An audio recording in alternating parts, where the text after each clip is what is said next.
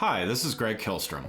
Welcome to Season 3 of the Agile World, where we discuss customer and employee experience, organizational and workforce transformation, and how business can adapt and continually improve in an agile age. The Agile World podcast is brought to you by TEKsystems, an industry leader in full-stack technology services, talent services, and real-world application. For more information, go to teksystems.com. To read more about the topics discussed in this show, you can go to my website at theagile.world and read my latest articles, or get a copy of my latest book, The Agile Workforce, now available on Amazon and other retailers. My name is Greg Kilstrom, and I'm the host of the Agile World podcast. Today we're going to talk about the gap between leadership, HR, and DevOps in many organizations, and how aligning them can bring better results to both the individuals within the organization, as well as the success of the organization as a whole. To help me discuss this topic, I'd like to welcome Duena Blomstrom, co-founder and CEO of People Not Tech, and author of the book People Before Tech, to her second time on the show. Duena, welcome back to the show. Thank you so much for having me. Yeah, looking forward to talking again. So let's get started by talking about this disconnect that I mentioned before, this disconnect between leadership, HR, and DevOps. How about if you start by describing it for us? Well, what are some of the challenges? Oh yes, where to start? Gosh, haven't we dove right in? Let me try. So, a little bit of history of how I ended up stumbling on this issue in itself is I was in what I would say was a completely different industry, although is there really ever a different industry than people and agile? And when I started focusing solely on agile, really, and on the way the teams need to be enabled to function in agile, it was because I had arrived at this concept which was getting me all up in arms, called the human debt, which is, as I explain in some of my articles, essentially the human equivalent of the technical debt.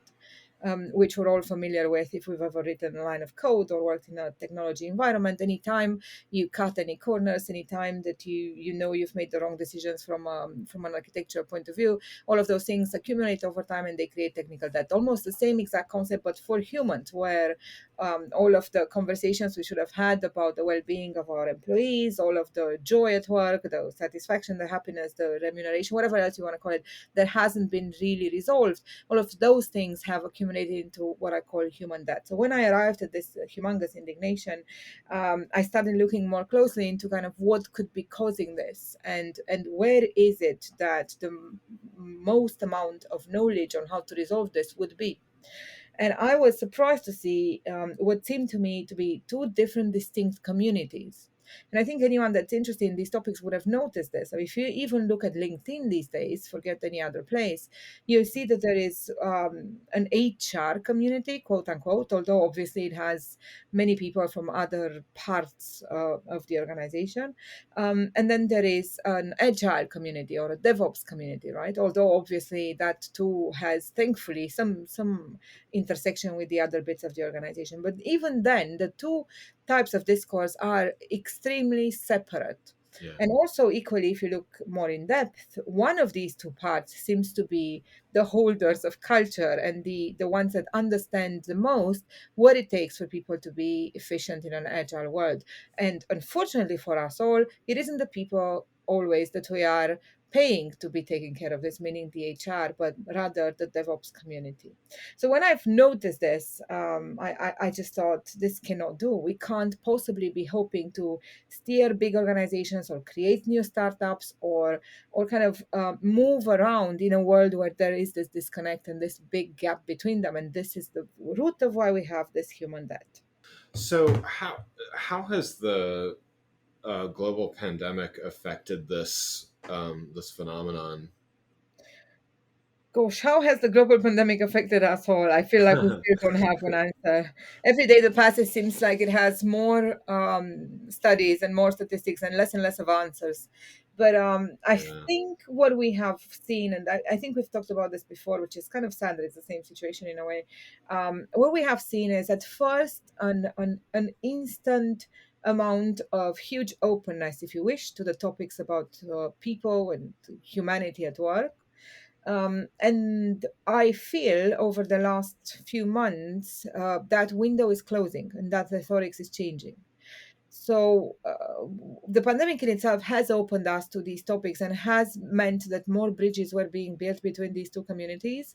Yeah. So, in other words, ways in which to make teams effective, the topics of psychological safety, which is the central topic between the two of them, the topic of how do we interject enough joy in people's lives at work, how do we make sure that work is flexible and human and stops with the delimitation between our personal lives and our work lives and all that. All of those topics were up in the air, discussed at large by the two communities. So it seemed like that some bridge was being built, except when that conversation turned from a theoretical and enthusiastic movement between the two bits and then turned into policies being made and old school execs going back to the office and demanding that everyone shows up. When all Right. of those things started happening, that's when we're seeing in some places that the window of the open communication that was so constructive and so needed, and it was doing away with human death every day, is starting to close. And I fear that if we don't kind of find a way to keep it open, jam it open, we're going to have lost this brilliant moment where essentially the POC of remote work has been proven, and we are moving fast, I think, as a society towards truly flexible work that's around outcomes and truly intelligent work that's around humans and not products only. I'm wondering if some of this, I mean, depending on who you're reading, it's anywhere between like 70% and 90% of employees are considering other forms of employment right now. I mean, I love this concept of human debt, and and really, especially coming from a technology background, and some, that's a meaningful term to me. But do you think that some of this, at least, I don't know if it's actual turnover or just threatened turnover, in employment. I mean, do you think that's kind of a reaction to what you're saying, which is there was seeming openness, and now there is some contraction from leadership of like, oh, okay, well, let's just kind of go back to whatever normal was, and do you think that's kind of a almost a rebellion or a reaction to that? It is. And it's surprising to hear myself saying that because I've spent a good amount of time saying we can't be talking about retention and acquisition, how to get those are old school and already tired HR themes. So I've spent Yeah. a long time saying that's irrelevant. It's become relevant right now because the amount of good people that I hear saying, I will not stand for this. I have a newfound respect for what I need to be doing with my life, what my work life needs to look like, and my company knows that I am good for it. If they're going to in any which way like force me back into the office or make me stop thinking about these topics that are important in terms of our dynamic in the team and in terms of my self-care, if any of these things are going to be taken away from me, then I'm walking. So there's a lot of that, I think. Like you're saying, it's a bit of a rebellion, yes, to a degree, but also people have understood that there are practical considerations that have changed. You're a lot more available to the worldwide, and people with good value will then understand how to translate this new changing reality into better offers fast, unless we find a way to keep them by offering the flexibility they're looking for. So I guess on the flip side of that, in the when there's more positive outcomes, and those organizations that, let's just say, they've learned a bit, and they're open to learning and adapting and reducing that human debt. What can a company, or what should a company be striving for to, as a good outcome in that? And how should they look at that? I mean, obviously they're not going to do it all at once, but how can they look at making incremental steps, and where can they start? Where to start is always a tough choice, isn't it? I Yeah. think the number one place that all organizations have to think of is formulating a stance around what amount of organizational permission they're willing to give these big topics, right? Yeah. So essentially, if you have a leadership that's conscious enough about the enormity of the change ahead, then they're going to be forced to think under, wow, these are big topics. Everything's up in the air. We need a tabula rasa type of exercise in terms of what work means. We need to allow individuals and teams to tell us what they need. We need to understand how that fits with what we're meant to be making, what outcomes based work is like, what is individual work, what is group work, where this work takes place, if ever.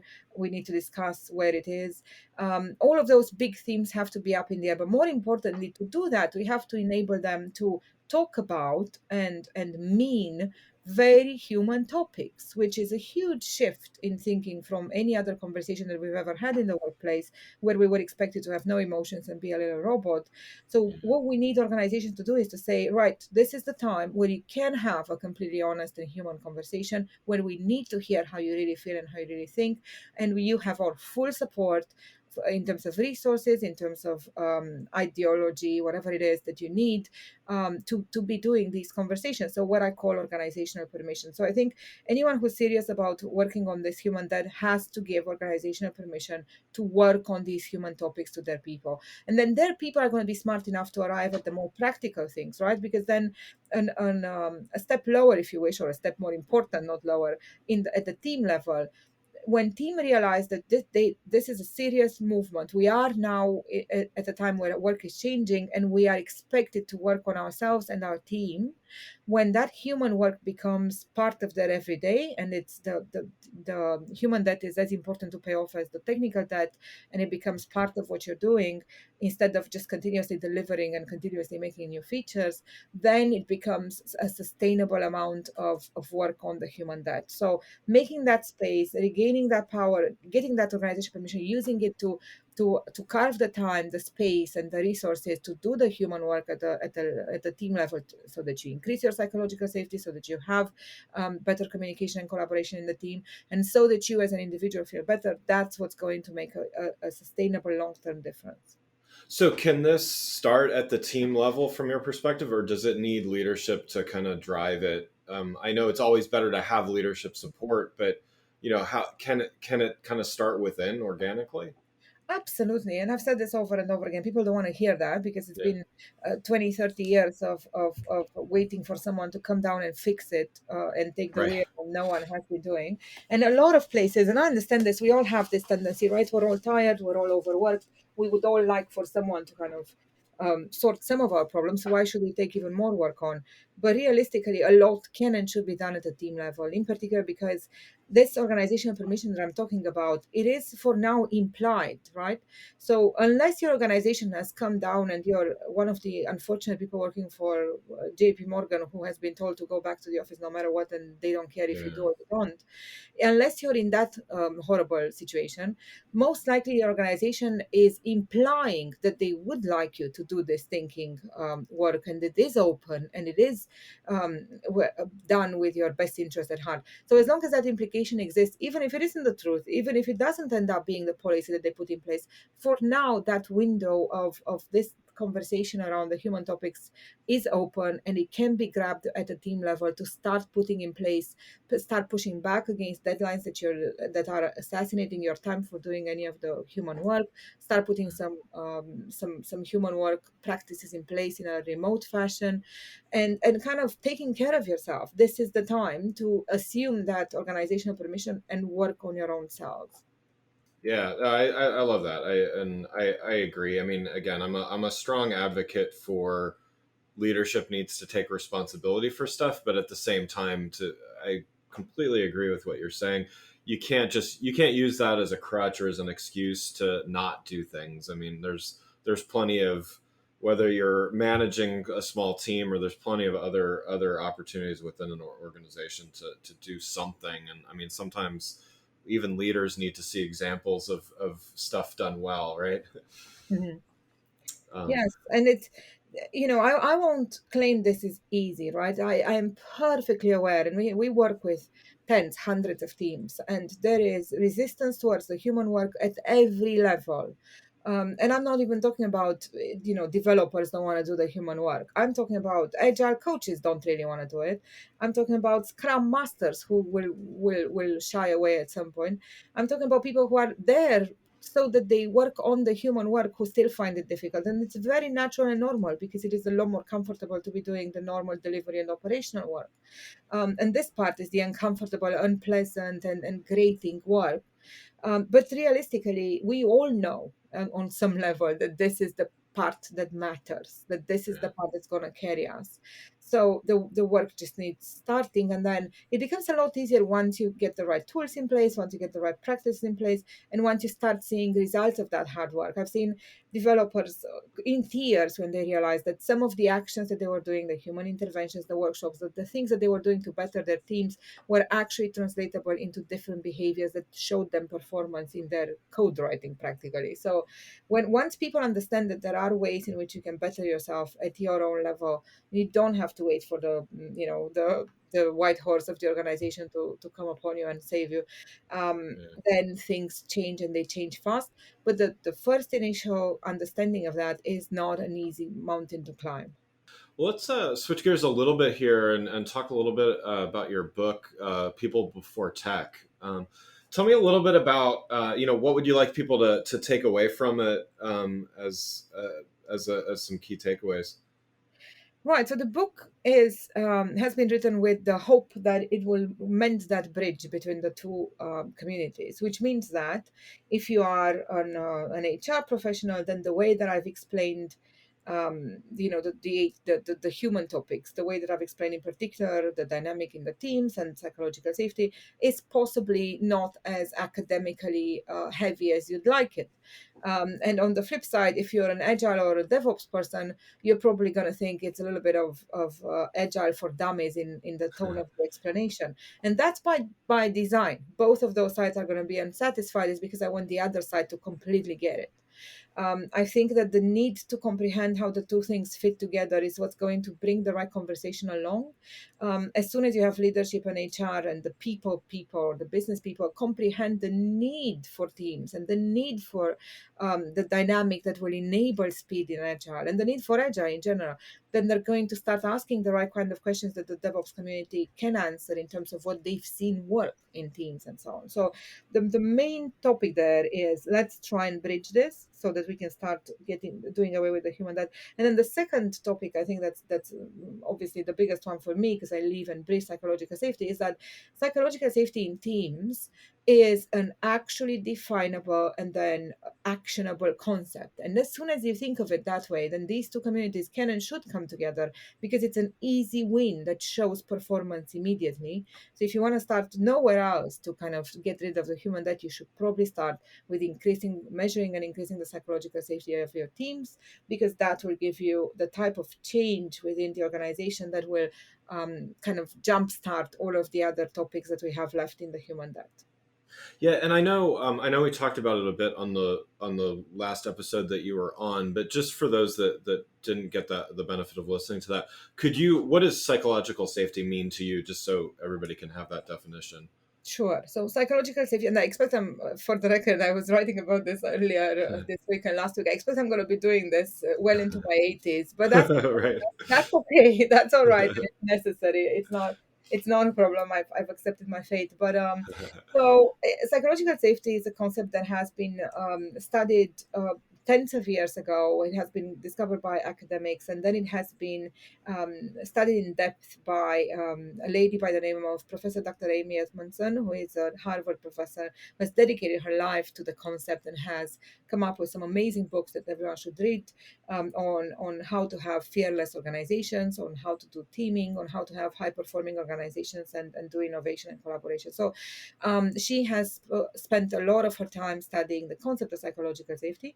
And then the second big moment in the life of the concept has been when a few years ago Google has ran a really comprehensive, maybe the most comprehensive work study in the history of digital enterprises, called Project Aristotle, which was looking at what is it that makes a Google team an awesome team.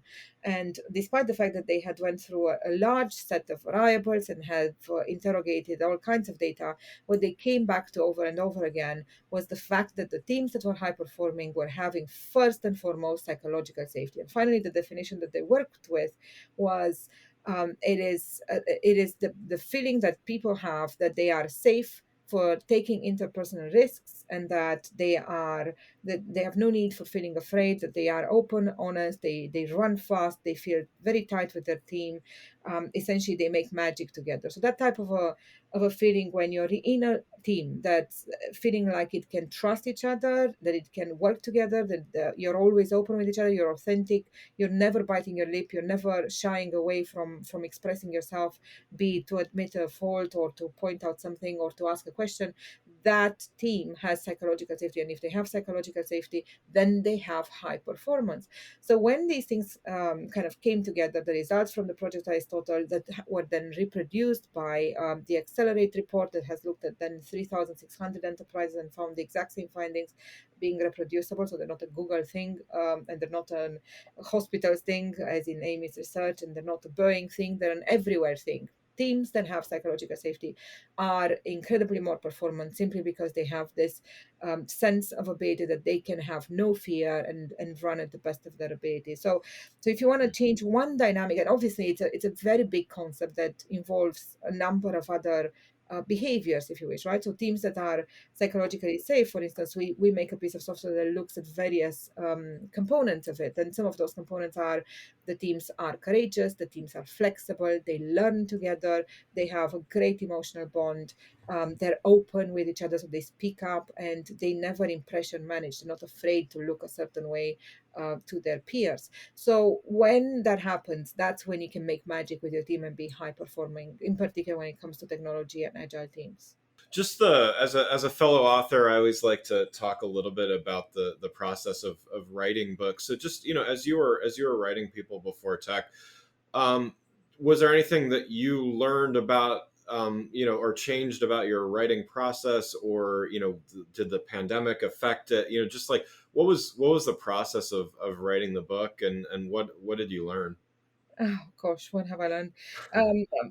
Always a tough question, because I've learned all the things. Everything was new and everything was already kind of slightly known, but not known Yeah. enough. But from the perspective of knowledge, obviously you always gather more. But from the perspective of what I've learned about myself, I think that was quite interesting. The number one thing I've learned is that I'm not as superhuman as I thought I were, because That's it's a tough realization sometimes. But yeah. it's a horrible thing, in particular at my age. Like, there's no more time to become a superhuman. Um, so it's not my first book. I wrote a book before, but this time around, I got Bloomsbury has offered me the book contract exactly 3 days before Boris Johnson closed the UK, and we went into our first lockdown. And my first thought was, this is brilliant. It's the right time for me to write the book. But it was just as misinformed as all those people that thought they were going to be playing the banjo or learning Mandarin, because it was not the right time. It was the absolute wrong time. I ended up, this book was written. I woke up every morning at 4:30, wrote for 6 or 7 pomodoros until about 7:30 or so, when I became a primary school teacher, because you had to homeschool, which is Oh, something that I suppose did not occur to me until right. well into the lockdown. And because my little one is not neurotypical, he would not accept the fact that we would have any flexibility in our school day. So they ran from 8 to 12 or 8 to 1 every day, irrespective of the fact that mom is writing a book and mom is running a company and designing a product. Right. So I was a school teacher from 8 or 7:30 until 12 or 1 that day, and only afterwards did I start running a company, making a product. And during the pandemic, that's probably what added to it, is we weren't one of those companies that could kind of take a break and take a breath, because what we were doing was help teams. We opened our software for use for any team that needed it to be helpful during COVID, which meant that we had hundreds of teams come talk to us at the same time. So it was literally the busiest time in the history of the company while I was writing the book and being a primary Wow. school teacher, which is what taught me I'm not superhuman, but it was still lovely, and I'm glad it's done. Yeah, yeah. Well, no, congrats on finishing that, and looking forward to reading it. Duena, thanks so much for joining the show. For those listening that want to learn more and keep up with what you're doing, what's the best way to do that? I think probably the best or the easiest way to do that is unfortunately in some ways I'm all over the internet. So just kind of if you Google Duena Blomstrom, you're going to get a lot. But just going to LinkedIn means that there are two different newsletters. One of them is on Mondays and Tuesdays called Chasing Psychological Safety, and the other one is The Future is Agile on Wednesdays. If you subscribe to those, you're going to get my writing 3 times a week in your inbox. And if not, just kind of drop me a message and let's have a chat and let's start changing the world. Wonderful. Well, again, I'd like to thank Duena Blomstrom, co-founder and CEO of People Not Tech, for joining the show. Thanks again for listening to The Agile World with Greg Kihlstrom. See you next week. Thanks again for listening to the Agile World podcast, brought to you by Tech Systems. I'm your host, Greg Kihlstrom. If you enjoyed the show, please take a minute to subscribe on your podcast channel of choice and leave us a rating so that others can find the show more easily. You can learn more and get a copy of my latest book, The Agile Workforce, from my website at theagile.world.